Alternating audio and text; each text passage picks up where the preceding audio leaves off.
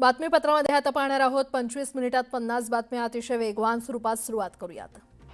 मुंबईत सीएनजी वाहनांचा वापर झपाट्याने वाढत असताना शहरातील मर्यादित पंप संख्येमुळे वाहन चालकांना इंधन भरण्यासाठी तासभर रांगेत थांबावं लागतंय। सध्या महानगर गॅस लिमिटेडचे केवळ 385 सीएनजी पंप मुंबई शहर आणि उपनगरांमध्ये कार्यरत आहेत। वाढत्या मागणीमुळे हे पंप अपुरे पडत असून वाहन चालक त्रस्त झालेत। दिवाळीमध्ये फटाक्यांमुळे वायू प्रदूषणाचा प्रश्न गंभीर होतो। यंदा देखील कासरवडवली एअर मॉनिटरिंग स्टेशनच्या ऑक्टोबर 2025च्या हवा गुणवत्तेच्या अहवालातून हेच स्पष्ट झाले। या अहवालानुसार महिन्याच्या सुरुवातीला हवा चांगली ते समाधानकारक होती, मात्र 10 ते 22 ऑक्टोबर दरम्यान हवेची गुणवत्ता मध्यम प्रदूषित श्रेणीमध्ये घसरली गेली आहे। देशात यापुढे क्रिप्टोकरन्सी मालमत्ता मानली जाणार आहे। भारतीय कायद्यानुसार क्रिप्टोकरन्सी ही एक मालमत्ता आहे, त्यावर मालकी हक्काचा दावा केला जाऊ शकतो, असा ऐतिहासिक निकाल मद्रास उच्च न्यायालयानं दिलाय। मध्य रेल्वेनं महाराष्ट्रातील विविध स्थानकावरून आज एकाच दिवशी 23 स्पेशल ट्रेन चालवण्याचा निर्णय घेतलाय। दिवाळीचा सण आटपून आपापल्या गावाला रोजगाराच्या ठिकाणी परतणाऱ्यांची विविध गाड्या आणि रेल्वे स्थानकांवर गर्दी होते। ते लक्षात घेऊन मध्य रेल्वेनं महाराष्ट्रात विविध मार्गांवर 23 स्पेशल ट्रेन चालवण्याचं जाहीर केलंय। मध्य रेल्वेच्या मुख्य आणि हार्बर मार्गावरील तब्बल 95 रेल्वे स्थानकांवर आपत्कालीन वैद्यकीय कक्षच उपलब्ध असल्याची धक्कादायक बाब उघड झाली आहे। गर्दीच्या वेळी लोकलमधून पडून तसंच विविध घटनांमध्ये रोज मोठ्या संख्येनं प्रवासी जखमी होत असताना इतक्या मोठ्या संख्येनं रेल्वे स्थानकांवर आपत्कालीन रेल्वे प्रशासनाचा वैद्यकीय सुविधाच नसल्यानं प्रवाशांनी संताप व्यक्त केला।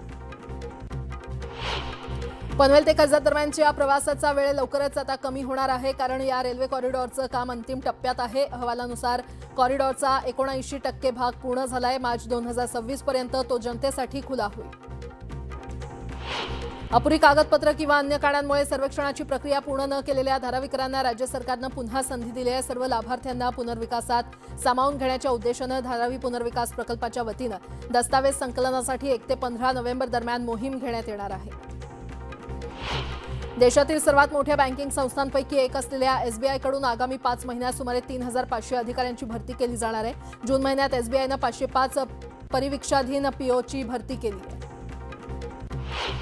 मुरुड राजपुरी ग्रामपंचायत हद्दीतील ऐतिहासिक जंजिरा किल्ला पाहण्यासाठी रविवारी आलेल्या शेकडो पर्यटकांचा खराब हवामानामुळे शिडाच्या बोटी आणि इंजिन बोटी समुद्रात न उतरल्यानं हिरमोड झाला। या निर्णयाचा पर्यटनावर अवलंबून असणाऱ्या जलवाहतूक व्यावसायिकांना फटका बसलाय।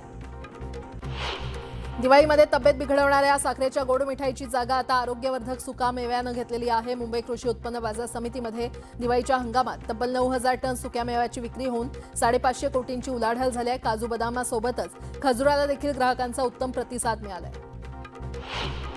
देशभरातील जवळपास 80,000 शाळांमध्ये 2024-25 या शैक्षणिक वर्षात एकाही विद्यार्थ्यानं प्रवेश घेतलेला नाही, असं शिक्षण मंत्रालयाच्या ताज्या आकडेवारीमधून स्पष्ट झालंय। या शून्य प्रवेश असलेल्या शाळांमध्ये तब्बल 20,817 शिक्षक कार्यरत आहेत, म्हणजेच एवढे शिक्षक फुकटचा पगार घेत आहेत।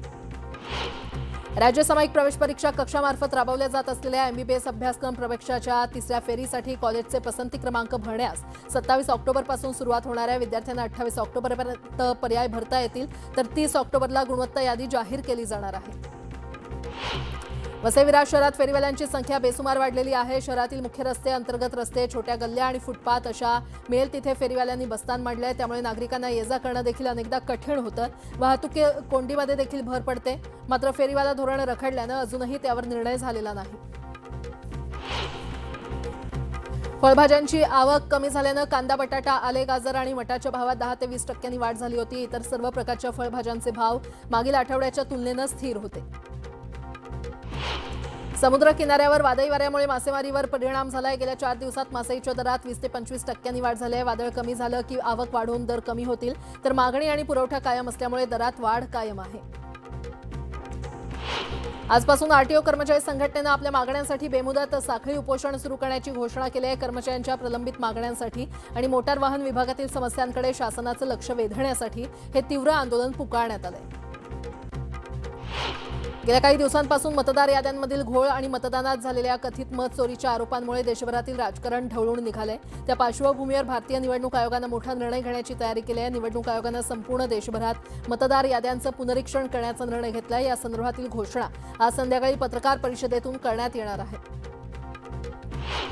अरबी समुद्रात कमी दाबाचा पट्टा निर्माण झाल्यानं मुंबईसह कोकणात येत्या 30 ऑक्टोबरपर्यंत अवकाळी पावसाचा अंदाज हवामान खात्यानं वर्तवलेला आहे. पुढील 5 दिवस महाराष्ट्राच्या काही भागात विजांच्या कडकडाटासह वादळ आणि ताशी 40 ते 50 किलोमीटर वेगानं वारे वाहण्याची शक्यता आहे. तसंच मध्य महाराष्ट्रात काही ठिकाणी मुसळधार पाऊस हजेरी लावण्याची शक्यता आहे. गेल्या आठवड्याभरापासून विदर्भ आणि मराठवाड्याच्या काही भागांसह उत्तर महाराष्ट्र आणि कोकणात मुसळधार पाऊस कोसळतोय. यामुळे आलेला कांदा, सोयाबीन, वेचणीवर आलेला कापूस, मका, टोमॅटो, भाजीपाला आदी पिकांचं मोठं नुकसान झालंय. तर पावसाच्या धसक्यानं रायगडमधील भात कापणी ठप्प पडली असून पुण्यात भात शेती पाण्याखाली गेली आहे. सोलापूर जिल्ह्यातील वैराग इथे एसटी बस आणि दुचाकीची समोरासमोर धडक झाली. या अपघातात दुचाकी स्वार जागीच ठार झाला.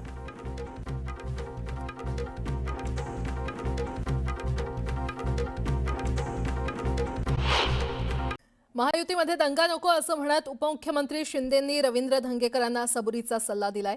हा विषय 2 दिवसात संपेल असंही शिंदे म्हटलेत. आळंदीमध्ये उपमुख्यमंत्री शिंदेंसोबत धंगेकर देखील उपस्थित होते. यावेळी दोघांमध्ये महत्त्वाची चर्चा झाली असून शिंदेंनी धंगेकरांना सबुरीचा सल्ला दिला. धंगेकर मिळालेल्या माहितीच्या आधारावर बोलले. मात्र यापुढे विरोधकांच्या हातात आयतं कोलीत द्यायचं नाही असा सल्ला शिंदेंनी दिलाय. मात्र जर चुकीचं काम होत असेल तर मी बोलणारच. ज्यावेळी जैन मंदिर टोळीच्या गराड्यातून सुटेल त्यावेळी दोस्ती वाढेलच असं म्हणत धंगेकरांनी आपली भूमिका स्पष्ट केली.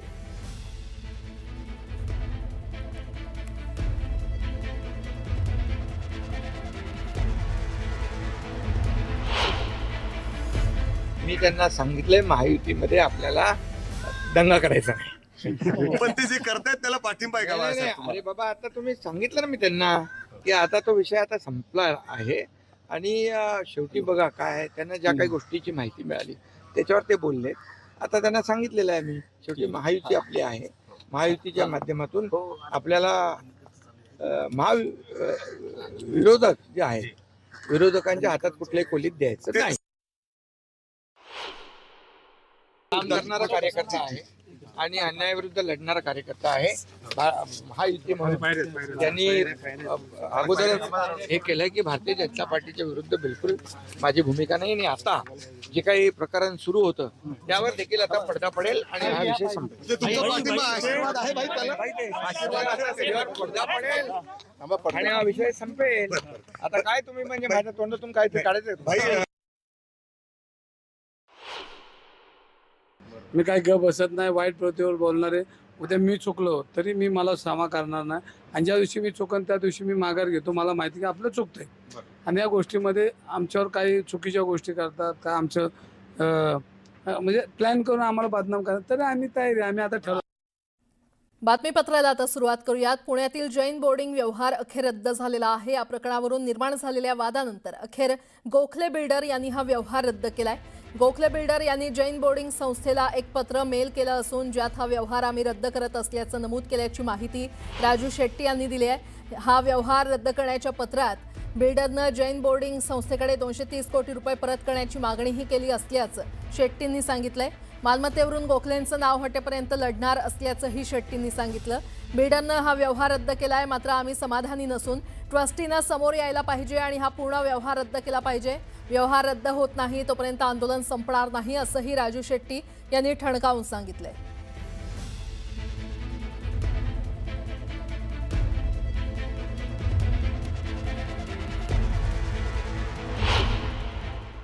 जरी गोखले डेव्हलपर्सनी हा व्यवहार रद्द करण्याचा मेल केलेला असला तरी जोपर्यंत हा विक्री व्यवहार रद्द होत नाही, कारण आता सध्या या संपूर्ण मालमत्तेवर गोखले बिल्डर्सचं नाव चढलेलं आहे. ते नाव कमी होऊन पुन्हा HND बोर्डिंगचं नाव लागत नाही आणि हे बोर्डिंग पूर्ववत पुन्हा सुरू होत नाही, विद्यार्थ्यांची ऍडमिशन्स होत नाहीत, तोपर्यंत आमचा लढा संपणार नाही. मी मुरलीधर मोहोळ यांना विनंती केली की केवळ पत्र दिलं म्हणून आमचा लढा संपणार नाही, तर हा व्यवहार पूर्णपणे रद्दबातल झाला पाहिजे. सरकारनं पुढाकार घ्यावा. धर्मादाय आयुक्तांनी 28 तारखेला सुनावणी घेतलेली आहे. त्या सुनावणीसमोर हे पत्र आम्ही हजर करूच, परंतु ते काही असलं तरी हा व्यवहार पूर्णपणे रद्द होणार नाही तोपर्यंत आमचा लढा संपणार नाही. काही लोक बिल्डरांना हाताशी धरून वेगळ्या पद्धतीने एखादी संस्था कशी मोडीत काढायची हे प्रयत्न करत असताना हे सगळे पुणेकरांचा आवाज आज सगळ्यांच्या ताकदीचा दिसला. त्यामुळे गोखलेंनी आज मेल केलाय. पण हा मेल केल्यानंतर खऱ्या अर्थानं तो एवढा अजून रद्द झाला नाही. त्यांनी आरोप करणार नाही, आता खुलासा विचारणार आहे. आणि याच्यामध्ये मग जनतेमध्ये जे जे सामाजिक कार्यकर्ते आहेत, सगळे माहितीचे अधिकाराचे कार्यकर्ते आहेत, त्यांनी हे सगळे तपासावेत आणि याच्यामध्ये दोषी ह्यातला शासनाचा या मंत्रिपदाचा किती विशाल गोखलेने फायदा घेतलाय आणि लाभ किती घेतलाय हे समाजाला कळेल. परंतु आता आमची लढाई संपलेली आहे.